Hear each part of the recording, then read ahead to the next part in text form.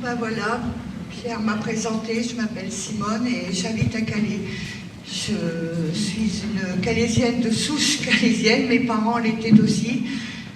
Et Calais, c'est toute ma vie. J'ai grandi là, j'ai toujours vécu là, et Calais avant c'était une ville très agréable. J'adorais m'y promener, on était tranquille, on était en sécurité, il y avait toujours beaucoup de monde, l'été comme l'hiver, et Dieu sait que les étés par chez nous, pourtant ils ne sont pas très agréables, il ne fait jamais très beau, mais bon, c'était vivant. Et puis, il y a quelque temps, il y a eu des réfugiés à Sangatte. Et Sarkozy a décidé de vider le squat de Sangatte, on va dire ça comme ça, et ces réfugiés sont arrivés à Calais. Même moi, dans un premier temps, je disais, c'est des gens malheureux, ils sont paumés, ils n'ont rien, on peut peut-être les aider. Et vous dire comment ça s'est fait, j'en sais rien, mais du jour au lendemain, on s'est retrouvé avec des milliers, mais je dis des milliers de migrants. Actuellement, ils sont à 18 000 dans ce qu'on appelle la jungle. Ouais, 18 000, c'est horrible, parce qu'ils ont fait carrément une ville dans la ville. Ils ont discothèque, commerce, école, coiffeur, ils ont même... non, je ne me permettrai pas de vous le dire, mais je pense que vous avez compris, pour les besoins des messieurs, bien sûr. Et ils ont fait des routes, ils ont donné des noms à ces rues, ils ont élu un maire. La police ne peut même pas entrer dans ce qu'ils appellent le quartier musulman, c'est interdit. Jusque-là, on aurait peut-être pu supporter, mais on ne peut pas supporter l'insupportable quand on voit qu'à longueur de temps, c'est tous les jours, toutes les nuits, ce sont des émeutes. Ils déboulent en centre-ville à 2, 3, 4 000, partout. Ils frappent sur les voitures à coups de barre de fer. Ils agressent les gens, ils vont même agresser les enfants. Il y a des viols, il y a des vols. C'est inimaginable ce qu'on subit. Ils rentrent chez les particuliers. Les gens sont chez eux, sont à table, ils rentrent, ils veulent manger, ils se servent, tabassent parfois aussi les gens, ils volent ce qu'ils peuvent voler et après, ce qu'ils ne peuvent pas prendre, ils le saccagent. Et quand on veut se défendre, on a la police sur le dos. La police ne prend plus aucune plainte depuis longtemps maintenant. Mon propre fils s'est fait agresser aussi. Il se promenait tranquillement en centre-ville, il était en train d'écouter sa musique, il avait les écouteurs aux oreilles, quand on lui a tapé sur l'épaule. Il s'est retourné pensant que c'était un copain à lui. Il avait en face de lui 3 clandestins, pardon. Et il s'est pris un grand coup de barre de fer en pleine tête. Mon fils est quand même assez costaud, donc il a réussi tant bien que mal à accuser le tue, il s'est défendu. Et bon, les 3 se sont pris une trempe, mais il a entendu sur le côté qu'il y avait du bruit, il y avait une trentaine de migrants qui venaient pour le massacrer. Et donc il est téméraire mais pas kamikaze, il s'est sauvé. Quand j'ai vu mon fils rentrer comme ça, franchement, je me suis dit, mais ils auraient pu me le tuer, quoi.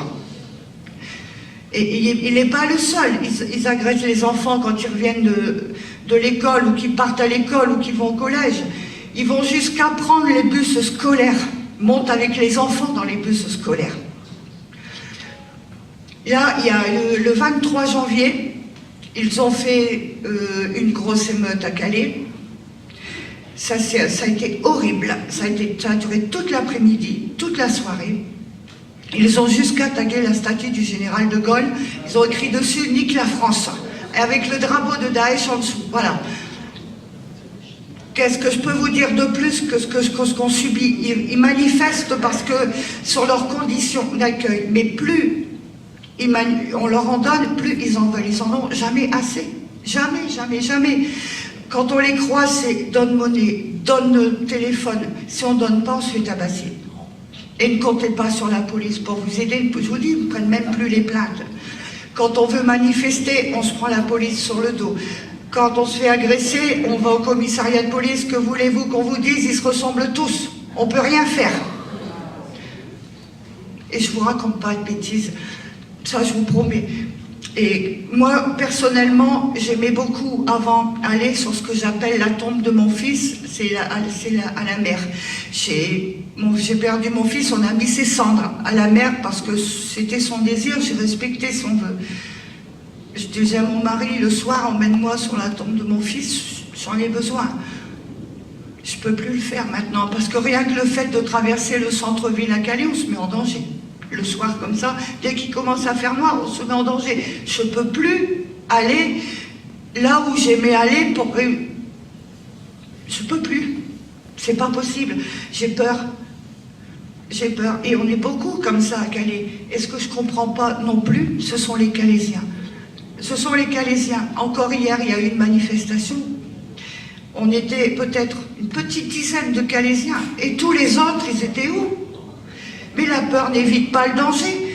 Le gouvernement nous a abandonnés. Ils ont décidé de condamner Calais. Et si nous, Calaisiens, on ne bouge pas, on va choper tous les migrants de France là, et nous, on est fichus, on est morts. Et les Calaisiens, des moutons, je ne les comprends pas.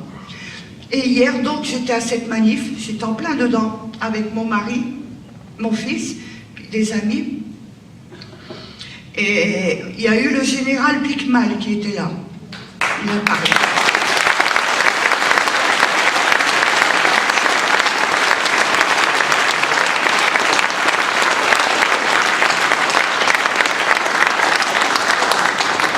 Et ce que j'ai vu hier, je vous cache pas, j'ai pas dormi de la nuit parce que je me suis sans arrêt repassé la scène.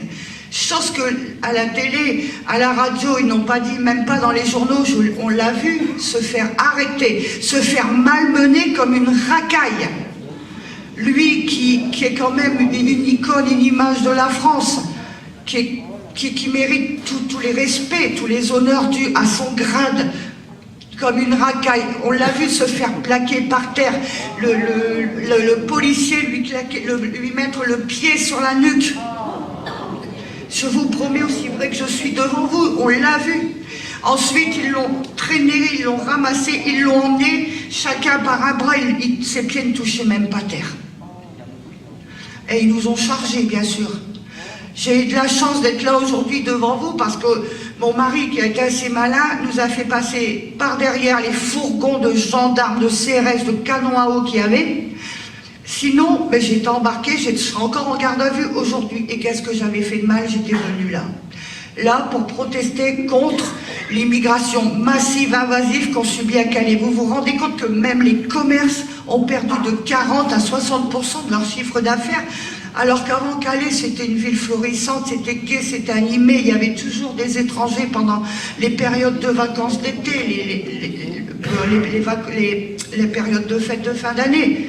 Aujourd'hui, il n'y a plus rien. Plus rien. Tous les commerces qui avaient ouvert en centre-ville, ils sont tous fermés un par un. Calais, c'est une ville morte. Une ville morte à cause de ces clandestins qu'on a là. Et quand ils descendent comme ça dans les rues de Calais, armés avec leurs barres de fer et des cocktails Molotov aussi. Attention, ils ont été surpris en train d'en faire, mais moi je ne comprends pas pourquoi on ne les punit pas. Pourquoi, quand la police les attrape, les relâche aussi vite? Alors que si nous...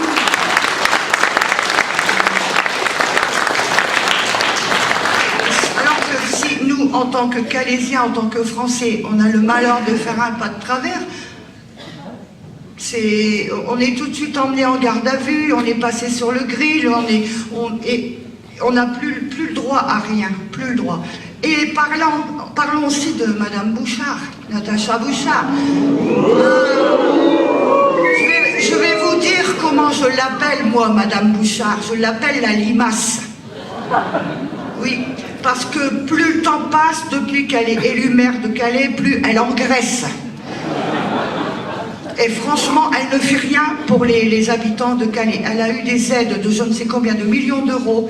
C'était pour aider les Calaisiens, pour leur aider à l'emploi. La première chose qu'elle a fait faire, ce sont les containers pour loger les migrants qu'elle a fait fabriquer en Bretagne et même pas à Calais. Les seuls emplois qu'elle a créés à Calais, je le sais parce que j'ai un ami à qui on lui a proposé, 50 emplois en CDI pour aller nettoyer les cochonneries, les migrants à la jungle. Voilà les emplois qu'a proposé Madame Bouchard. C'est pas difficile, moi, elle m'a banni de sa page, je peux même plus lui mettre un commentaire d'ailleurs. Elle m'aime pas. Ben c'est réciproque.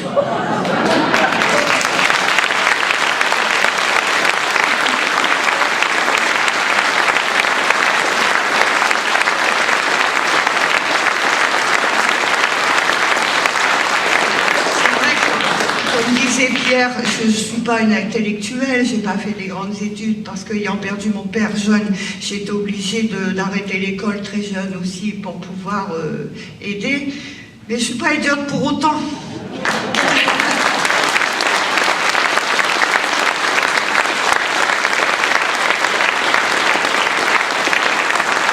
Et c'est vrai que c'est pas pour autant que je suis idiote et je vois clair.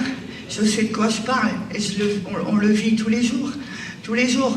Alors maintenant, il y a aussi une chose qui se passe, c'est que ce sont les no-borders qui...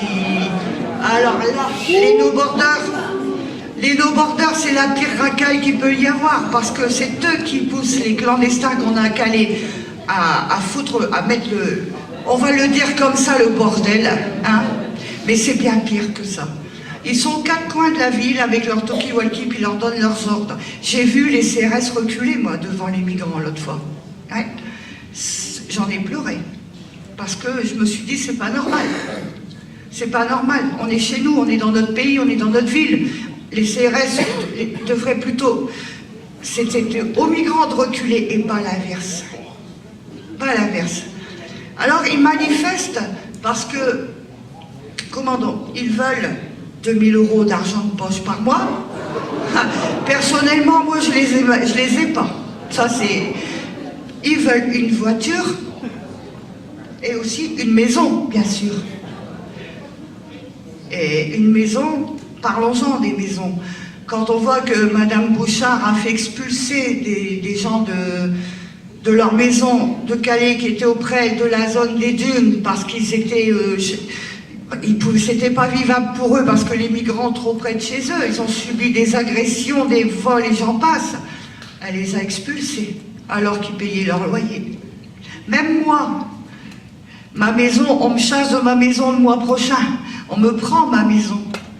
Pourtant, on a toujours été honnête. Mais c'est trop long à expliquer. Il y a eu un jugement et on me vend ma maison le mois prochain alors qu'on n'a rien à se reprocher. Vous voyez? Chez mon mari qui est malade, qui a un cancer, mais ça fait rien. Les Français, il faut les écraser, il faut les foutre dehors, il faut leur prendre tout ce qu'ils ont pour laisser la place à la racaille qui veulent nous coloniser.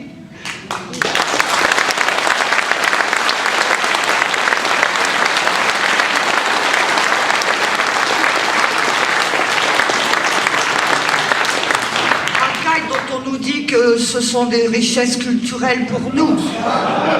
Mais je me demande où allaient leurs richesses culturelles, parce que s'il s'agissait de saccager, de détruire, de voler, de violer, et j'en passe, les Français étaient tout à fait capables de le faire eux-mêmes, ils avaient qu'à demander. Hein?